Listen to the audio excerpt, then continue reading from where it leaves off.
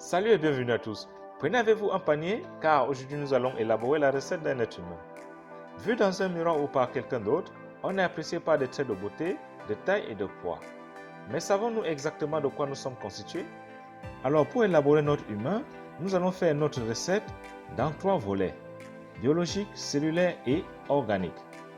Notre organisme est composé de 10 000 milliards de cellules reparties en 300 espèces. Ça en fait beaucoup. Mais si cela ne vous fait pas peur, sachez que votre corps abrite 10 fois plus de cellules étrangères. En effet, on en dénombre 100 000 milliards de bactéries à l'intérieur et à l'extérieur de notre organisme. En raison de leur taille négligeable par rapport aux cellules de notre corps, ces bactéries n'ont qu'une masse totale de 2 kg, ce qui est l'équivalent de la masse du cerveau humain. Concernant la composition chimique, il est à noter que dans notre organisme, l'élément le plus présent est l'eau. En effet, le H2O constitue 62 à 90% de la masse de nos cellules. Le nouveau-né, lui, est constitué à 78% d'eau. Pour avoir un aperçu de l'implication de l'eau dans notre corps, jetons un coup d'œil à quelques organes. Le poumon est composé à 78% de l'eau, le sang 79%, le cerveau à 76%, les muscles lisses à 75%, les os à 22,5%, les tissus adipeux à 10%. Les proportions des 6 principaux éléments sont les suivantes: oxygène 66%, carbone 18%, hydrogène 10%, azote 3%, calcium 1,5% et phosphore 1%.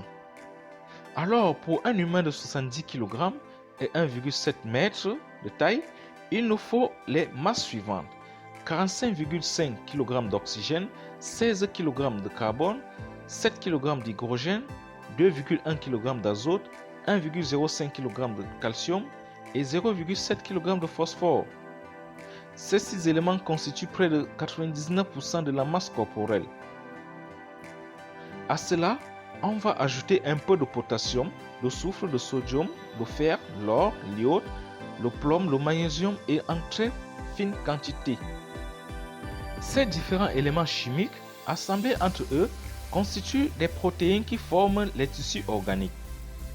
Par exemple, le muscle humain est constitué de cellules musculaires qui vont composer le tissu musculaire. Cette cellule est constituée de filaments protéiques de formule C7H11N3O2. Le grain de cheveux, quant à lui, est constitué à 95% de kératine, composé d'acides aminés de formule C2H2O2N. Comme note de référence, nous avons besoin de la composition du corps par type de tissu pour les éléments facilement distinguables. Notre corps est constitué de 16% de peau, 2% en cerveau, 12 à 20% en os, 13 à 20% de graisse, 36 à 42% de muscles. Notre vidéo est arrivée à sa fin.